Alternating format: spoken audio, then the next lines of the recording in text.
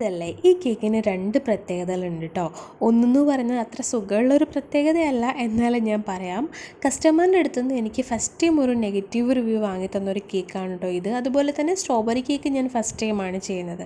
അപ്പോൾ ഇത് നമ്മളൊരു ഫസ്റ്റ് ബർത്ത്ഡേക്ക് വേണ്ടി ഉണ്ടാക്കി കൊടുത്ത 2 kg സ്ട്രോബെറി കേക്കാണ് കേട്ടോ.